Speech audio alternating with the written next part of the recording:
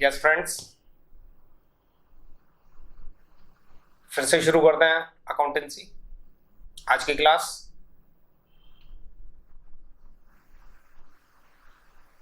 इससे पहले हमने पढ़ा था बिजनेस में उसकी अर्निंग एक्टिविटी। अर्निंग के साथ अगर मॉनेटरी हो जाए तो बन गया ट्रांजैक्शन। ट्रांजैक्शन का सबसे पहले बनाना है वाउचर, और वाउचर को आप रिकॉर्डिंग 3 तरीकों से कर सकते हो। या तो वाउचर को जर्नल एंट्री में प्रोसेस करो, या तो कैश बुक एंड जर्नल, और या फिर cash book, subsidiary book and journal. तीनों में से किसी भी रास्ते से जाओ, हम पहुंचेंगे डायरेक्ट लीजर पर। इसके बाद में ईयर एंड पे हमने बनाना है ट्रायल बैलेंस, और रेक्टिफिकेशन ऑफ एरर होने के बाद क्लोजिंग एंट्रीज होगी। क्लोजिंग एंट्रीज से बन जाएंगे trading account, profit and loss account और बचा खुचा बैलेंस शीट में, और ये बन गए आपके फाइनल अकाउंट।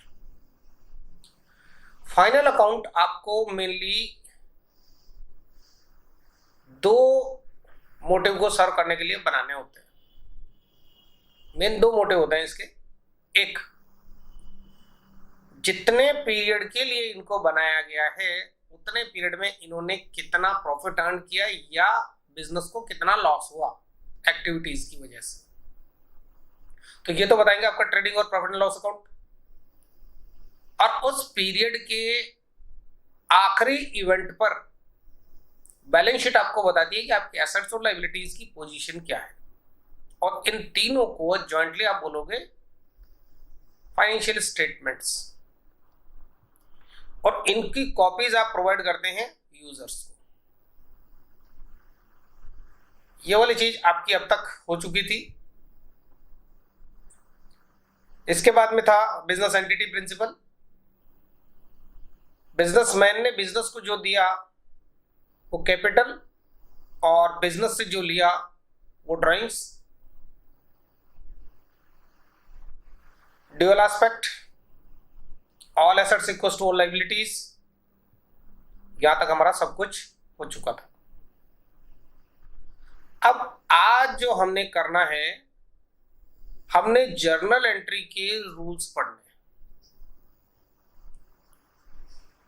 मतलब हमने ट्रांजैक्शन से वाउचर बनाना कोई बड़ी बात नहीं है,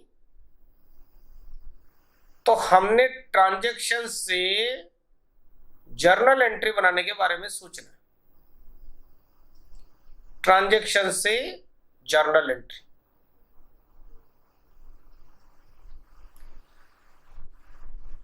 तो बिजनेस के कोई ट्रांजैक्शन होंगे, मतलब बिजनेस की जो एक्टिविटीज होती है फाइनेंशियल नेचर की, वो हमारे पास होगी, और उनको हमने जर्नल एंट्री में कन्वर्ट कर देना है।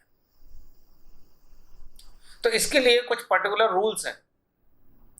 अकाउंटेंसी भी अपने आप में साइंस भी है और आर्ट भी है। साइंस है इसलिए इसके कुछ रूल्स हैं, और आर्ट है इसका मतलब उसको आप जितने तरीकों से कर सकते हो उनमें से सबसे बेटर मेथड कौन सा है उससे करना है, दैट इज आर्ट। तो आज हमने पढ़ने rules for journal entry. Journal entry बनाने के लिए 3 तरह के लेजर अकाउंट होते हैं। अकाउंट्स में जो लेजर अकाउंट होंगे, हालांकि वो जर्नल के बाद आएंगे, लेकिन जर्नल बनाने के लिए उन्हें समझना जरूरी है। तो 3 तरह के लेजर अकाउंट होंगे। सबसे पहला होता है इंडिविजुअल और पर्सनल। इंडिविजुअल और पर्सनल इंडिकेट करता है किसी पर्सन को, और पर्सन कितने तरह के होते हैं? यहाँ पे पर्सन भी 3 तरह के होते हैं।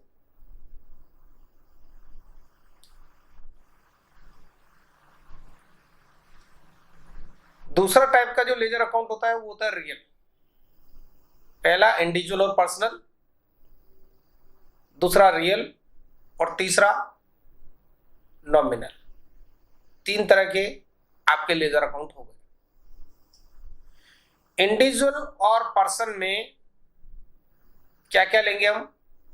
पर्सन, ये वो पर्सन है जिसका नाम होता है कोई ना कोई जिंदा आदमी, a live person like me, like you, कोई भी मेल फीमेल जिसका कोई नाम हो और जो बिजनेस ट्रांजैक्शन करने में कैपेबल हो, that person Hari, Mohan, Ram, Shyam, Geeta, Sita, John, Sukhwinder, Amarinder, those are the live persons. उसके बाद में फर्म। फर्म कोई भी सोल प्रोप्राइटरशिप फर्म या पार्टनरशिप फर्म, तो उसको भी एक अलग एंटिटी मानना है और वो भी पर्सनल या इंडिविजुअल नेचर की मानी जाएगी। इसके अलावा कंपनी, बिजनेस करने के लिए जो सबसे बड़ा जिसको आप फॉर्म बोल सकते हो बिजनेस का, वो होता है कंपनी। हजारों लाखों करोड़ रुपए हो सकते हैं इसके अंदर और बहुत बड़ा बिजनेस हो सकता है, तो उसको भी एक पर्सन की तरह ट्रीट करना है। और सबसे आखिर में बैंक, बैंक भी एक पर्सन है, वो भी एक अलग एंटिटी है। तो यहां पर्सन का मतलब होगा एंटिटी। पर्सन मीन्स ऐसा जरूरी नहीं है कि वो लाइव पर्सन हो, वो लाइव पर्सन भी हो सकता है, वो एक पार्टनरशिप फर्म जो अलग लीगल एंटिटी होती है वो भी हो सकता है, वो एक कंपनी भी हो सकती है और वो एक बैंक भी हो सकता है। दूसरा आता है इसके अंदर रियल। रियल में आपकी सभी एसेट्स आ जाएगी जिनको आप देख सकते हैं, टच कर सकते हैं, फील कर सकते हैं, सभी तरह के एसेट्स, करंट और नॉन करंट। तो ये वो चीजें हैं कि जो लाइव नहीं है लेकिन जिनकी वैल्यू है। ये लाइव नहीं है लेकिन इनकी कुछ ना कुछ वैल्यू जरूर होगी और इन पर हमारी ओनरशिप है। अब ट्रांजैक्शन की वजह से या तो हमारी ओनरशिप जो अब तक थी वो खत्म हो जाएगी इन पर, या फिर अगर हमारी ओनरशिप अब तक नहीं थी इन पे बन जाएगी। तो इस तरह के इसमें ट्रांजैक्शंस होंगे। ये हो गए रियल। उसके बाद में आएंगे अपन नॉमिनल पर। नॉमिनल में दो पार्ट है, एक तो एक्सपेंसेस और लॉसेस और एक रेवेन्यू, गेन्स, प्रॉफिट, सेविंग। मतलब खराब बातें जिनसे आप इरिटेट होते हो, जिनको आप नहीं चाहते हो, या ये चाहते हो कि इनको तो कम से कम होना चाहिए, देखना ही नहीं चाहते आप। दोज आर एक्सपेंसेस और लॉसेस।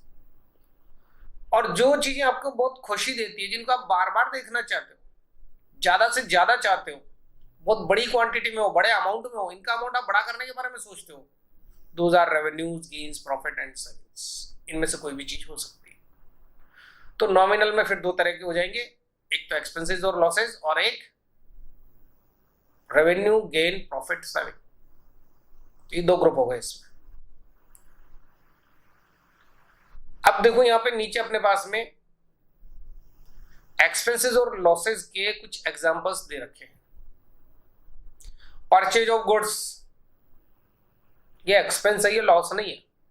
तो एक तो एक्सपेंस और लॉस के बीच में डिफरेंस देख लेते हैं। एक्सपेंस वो होगा कि जो अपने बदले में आपको कुछ दे जाएगा, वो गुड्स भी हो सकती है और वो कोई सर्विस भी हो सकती है। आपसे पैसा तो जाएगा लेकिन उसके बदले कुछ ना कुछ मिल जरूर जाएगा, वो आपका पैसा फालतू नहीं जाएगा। तो इस तरह की जो चीजें होगी वो सब होगी एक्सपेंसेस। जैसे आपने गुड्स परचेज किए तो आपके हाथ से पैसा गया, अब इसको एक्सपेंस बोलेंगे या लॉस बोलेंगे?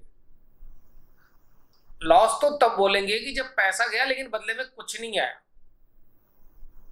तो लॉस। नहीं तो ये तो क्या बनेगा, बदले में आपको गुड्स मिली ना, तो ये बनेगा एक्सपेंस। इंटरेस्ट पेड, आपने इंटरेस्ट पे किया, तो ये भी एक्सपेंस बनेगा, क्योंकि आपने प्रिंसिपल अमाउंट किसी दूसरे पर्सन के पास जो था उसको आपने लिया, होल्ड किया और फिर आपने उस पैसे को यूज किया। सिमिलरली कमीशन आपने पे किया, तो आपने किसी आउटसाइडर से ये कमिटमेंट किया होगा कि आप मेरा ये प्रोडक्ट सेल करवा दें और बदले में मैं इस तरह से आपको कमीशन दूंगा। तो आपने कमीशन पे किया, आपके हाथ से पैसा तो बाहर गया, लेकिन बदले में उसने भी तो आपका काम किया, तो आपको कोई सर्विस मिली ना। तो इस तरह से आप एक्सपेंस और लॉसेस में डिफरेंस करेंगे। अगर गुड्स लॉस्ट बाय थेफ्ट हो जाती है, ये एक लॉस है। चोर आया, आपके शॉप या गोडाउन में घुसा और कैश और गुड्स उठा के ले गया। अब ये देखो, उसने बदले में आपको कुछ भी नहीं दिया है और न आगे कुछ उससे आने की चांसेस है। It is a type of loss. तो इस तरह से लॉस बाय फायर भी हो सकता है, लॉस बाय थेफ्ट भी हो सकता है। तो ये एक्सपेंस और लॉस के बीच में डिफरेंस रहेगा। अब हम आ जाते हैं वापस से अपने जर्नल एंट्री के रूल्स पे। तो हमने 3 तरह के लेजर अकाउंट देखे। एक तो होगा इंडिविजुअल और पर्सनल, दूसरा रियल और तीसरा नॉमिनल। नॉमिनल में फिर 2 पार्ट, एक्सपेंस और लॉस और रेवेन्यू गेन प्रॉफिट और सेविंग, ये सेकंड पार्ट है इसका। जितने भी ट्रांजैक्शन होंगे उन ट्रांजैक्शन में हमको कम से कम 2 ऐसी चीजें मिलेगी जो हमारे इस डायग्राम पे जरूर से होगी। अभी हम कुछ एग्जांपल्स सॉल्व करेंगे। हर एक बिजनेस ट्रांजैक्शन में कम से कम 2 चीजें ऐसी होगी कि जो हमारे इस डायग्राम पे जरूर से आ रही होगी, क्योंकि हम पढ़ रहे हैं double entry system. Double entry system में हर ट्रांजैक्शन के 2 जगह इंपैक्ट आते हैं, और एक इंपैक्ट आता है डेबिट साइड और एक इंपैक्ट आता है क्रेडिट साइड, और उसके साथ दोनों की दोनों इंपैक्ट अमाउंट या वैल्यू में इक्वल होते हैं। तो इसका मतलब अगर किसी ट्रांजैक्शन का 40,000 डेबिट इंपैक्ट आ रहा है तो उसका 40,000 क्रेडिट इंपैक्ट भी आएगा, ये हमने याद रखना है। तो हर ट्रांजैक्शन में कम से कम 2 आपको ऐसी चीजें मिलेगी कि जो आपको इस डायग्राम पे मिल जाएगी। थोड़ी सी प्रैक्टिस की जरूरत होगी खाली, और उसके बाद आपने ये जो रूल है नीचे, ये 2 रूल हैं इंडिविजुअल के लिए। ये इंडिविजुअल के 2 रूल हो गए। ये 2 रूल हो गए आपके रियल के लिए, और ये 2 रूल है हमारे लिए नॉमिनल के लिए। तो ये टोटल हमारे पास हो गए 6 रूल जर्नल बनाने के। और जैसे ये 6 रूल हमको समझ में आएंगे, थोड़ी सी इसमें प्रैक्टिस हो जाएगी, हम ट्रांजैक्शन को जर्नल एंट्री में कन्वर्ट करना सीख जाएंगे। तो सबसे पहले तो ये रूल देख लेते हैं इंडिविजुअल के लिए। अगर इंडिविजुअल हमारे बिजनेस से कुछ रिसीव कर रहा है, मतलब हमारे बिजनेस से कुछ लेके जा रहा है, तो उसको हमें डेबिट करना है। 2 चीजें बार बार चलेगी, एक डेबिट एक क्रेडिट, एक डेबिट एक क्रेडिट, ऐसा।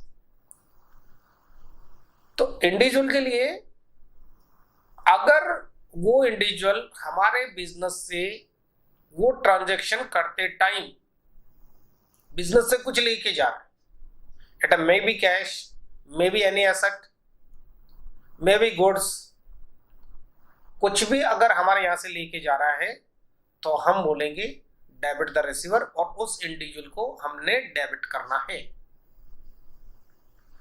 दूसरा रूल हो जाएगा इसका क्रेडिट द गिवर। अगर कोई इंडिविजुअल, वो इंडिविजुअल चाहे पर्सन हो, चाहे कंपनी हो, बैंक हो, अगर हमारे बिजनेस को कुछ दे रहा है, मतलब उस इंडिविजुअल को अगर आप गिवर की पोजीशन में देखते हो, बिजनेस के पॉइंट ऑफ व्यू से देखना है, और उसको अगर आप गिवर की पोजीशन में खड़ा देखते हो तो हम बोलेंगे क्रेडिट द गिवर, और उस पर्सन को हम क्रेडिट करेंगे। तो उस ट्रांजैक्शन के अंदर हमको उस पर्सन का इन्वॉल्वमेंट देखना है कि उस पर्सन का इन्वॉल्वमेंट एज अ रिसीवर है या एज अ गिवर है टू द बिजनेस। अगर वो रिसीवर है तो हमने उसको डेबिट करना है, और अगर वो गिवर है तो हमने उसको क्रेडिट करना है। तो ये दो गए इंडिविजुअल के दो rule.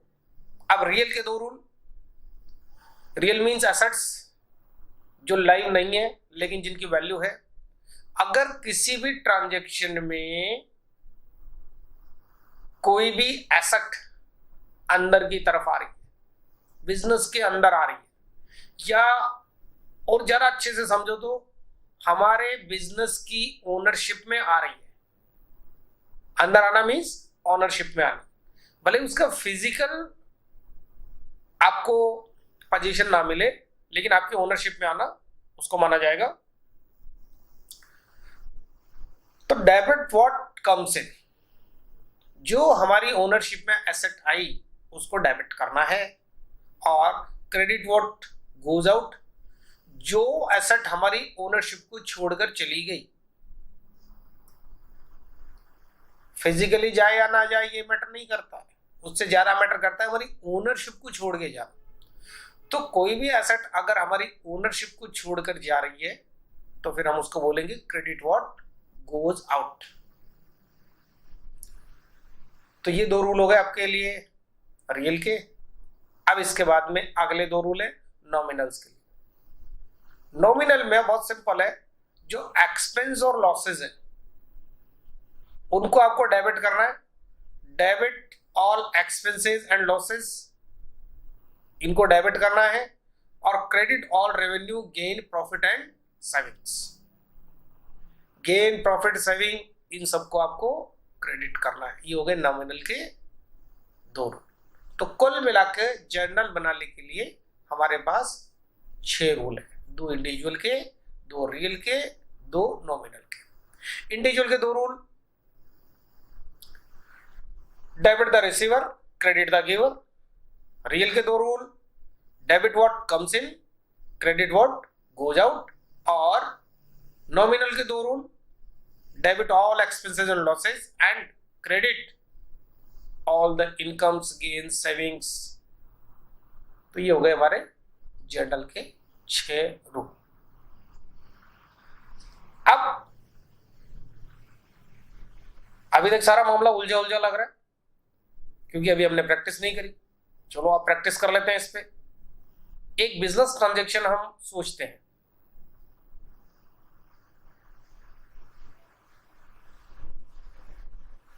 Goods purchased for business, और कैश में परचेज की, तो कैश परचेज हुई है। अब यहां सबसे पहले हमने इस ट्रांजैक्शन में से, लाइन में फिर से बोल देता हूं,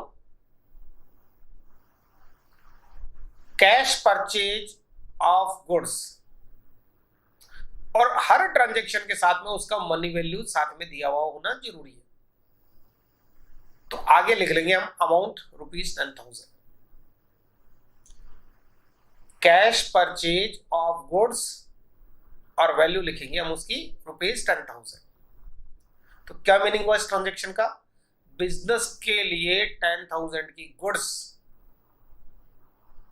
नगद में परचेज करी, मतलब आपने उसका पेमेंट किया है और गुड्स ले ली। तो ये इसका मीनिंग हुआ। अब इस ट्रांजैक्शन की इस लाइन में से हमने 2 ऐसी चीजें ढूंढनी जो हमको हमारे डायग्राम पे नजर आ जाए। अब देखो, एक तो परचेज ऑफ गुड्स, एक तो ये मिल गया, और दूसरा ट्रांजैक्शन में लिखा था कि कैश परचेज। कैश परचेज मतलब ये 10,000 रुपए आपने पे भी तो किया है, 10,000 की गुड्स रिसीव करी है, तो गुड्स तो आ गई अंदर, और ये हो गया परचेज ऑफ गुड्स। और कैश भी तो बाहर गया है, तो कैश किस में आ जाएगा आपका? कैश आएगा यहां, ये हो गया कैश। अब ध्यान देना है, अगर किसी एक चीज पर डेबिट का रूल लगेगा तो दूसरी पे पक्का है क्रेडिट का रूल लगेगा। अगर इस डायग्राम पे काम करते टाइम अगर आपको ऐसा लगता है कि दोनों पे डेबिट का रूल लग रहा है, तो इसका मतलब आप कहीं ना कहीं गलती कर रहे हैं। तो इसको आपको ध्यान में लेना है। एक चीज पे अगर डेबिट का रूल काम कर रहा होगा तो दूसरी पर सर्टेन क्रेडिट का रूल काम कर रहा होगा। अब देखते हैं कैसे। जब आप परचेज ऑफ गुड्स कर रहे हो तो ये तो हो जाएगा डेबिट। अब जो कैश है, जब आप परचेज करोगे तो कैश आपके हाथ में आ रहा होगा या आपको छोड़कर जा रहा होगा? जब परचेज करोगे तो कैश तो आपको छोड़ के जाएगा ना यार। तो कैश होगा आपका credit. Credit what goes out, क्योंकि यहाँ पे कैश आपकी ओनरशिप को छोड़कर किसी और की ओनरशिप में जा रहा है, किसी और के पास जा रहा है और अभी आपके पास वापस नहीं लौटेगा। तब इस एंट्री में क्या करना है हमने? परचेज ऑफ गुड्स को तो करना है डेबिट और कैश को करना है क्रेडिट। परचेज ऑफ गुड्स होगा डेबिट और कैश होगा क्रेडिट। एक और ट्रांजेक्शन लेते हैं।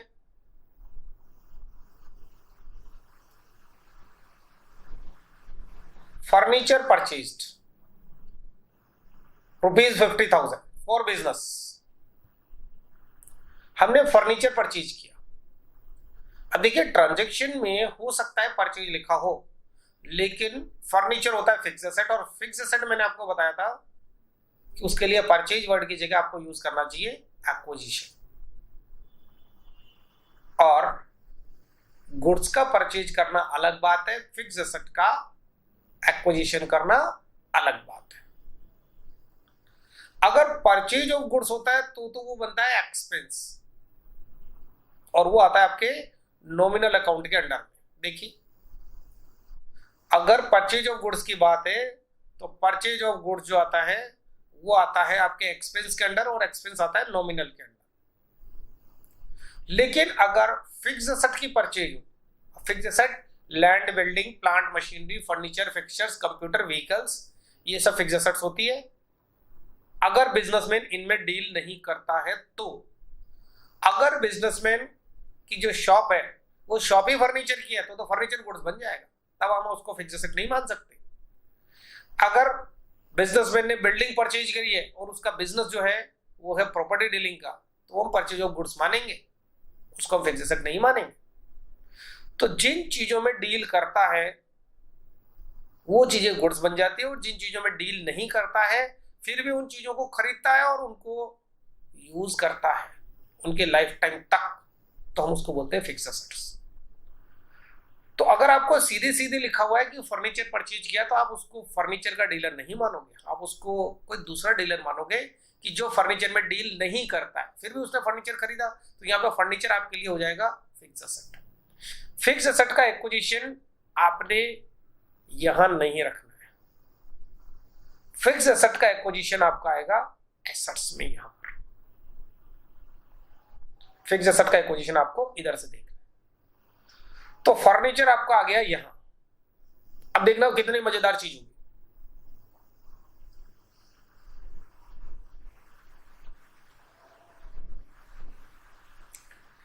ये हो गया आपका फर्नीचर। और इस ट्रांजैक्शन में एक और चीज इन्वॉल्व है, एक तो फर्नीचर और दूसरा क्या, अगेन कैश। अब देखो दोनों सेम ग्रुप में आ गए। फर्नीचर तो क्या हो रहा है, अंदर आ रहा है, हमारी ओनरशिप में आ रहा है। तो जो एसेट हमारी ओनरशिप में आएगी उसने तो क्या होना है, डेबिट होना है। तो फर्नीचर तो हो जाएगा डेबिट, फर्नीचर को आपने करना है डेबिट। और कैश आपको छोड़ के बाहर जा रहा है तो कैश को आपने करना है credit. Furniture debit, cash credit. तो जो जर्नल एंट्री बनाएंगे उसमें शर्तिया एक चीज डेबिट होगी, एक चीज क्रेडिट होगी और इस तरह से दोनों को मिलाकर के जर्नल एंट्री आपकी बनेगी। तो ये सब प्रैक्टिस की चीजें हैं। एक ट्रांजैक्शन और ले लेते हैं। सैलरी पेड, अब सैलरी आपने पे करी,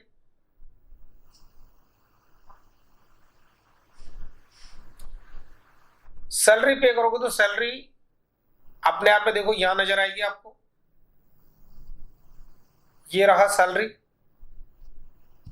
वैसे मैंने 2-3 ही लिखे हैं यहाँ पे, वेजेस, सैलरी, प्रिंटिंग, स्टेशनरी। और भी बिजनेस में कई तरह के एक्सपेंस हो सकते हैं, ये जो मेजर है वो मैंने लिख दिया, लेकिन इसके अलावा और भी सैकड़ों अलग अलग तरह के बिजनेस में अलग अलग तरह के एक्सपेंस हो सकते हैं। ठीक है, तो सैलरी पेड ये आपका ट्रांजेक्शन है। अब एक्चुअल में जब लिखा जाता है ना सैलरी पेड, तो उसका असली मतलब होता है आपका कैश पेड फॉर सैलरी, ये होता है उसका सही मतलब। तो सैलरी तो आ गया आपका एक्सपेंस, और सैलरी जब आप पे करोगे तो एक्चुअल में हो क्या रहा होगा, कैश आपको छोड़ के बाहर जा रहा होगा। देखो क्या डेबिट होना है और क्या क्रेडिट होना है। सैलरी तो होगा डेबिट, सैलरी डेबिट, देखो नॉमिनल का एक्सपेंस वाला रूल लग के, और कैश होगा आपका क्रेडिट, रियल का क्रेडिट वाला रूल लग गया। तो हम इसको क्या बोलेंगे, सैलरी डेबिट और कैश क्रेडिट। अगली पूरी एक क्लास हमें कुछ अलग अलग के ट्रांजैक्शन उन पर प्रैक्टिस करते हुए काम करना है उसमें। तो जर्नल एंट्री की प्रैक्टिस करेंगे हम इससे अगली क्लास में। Thank you.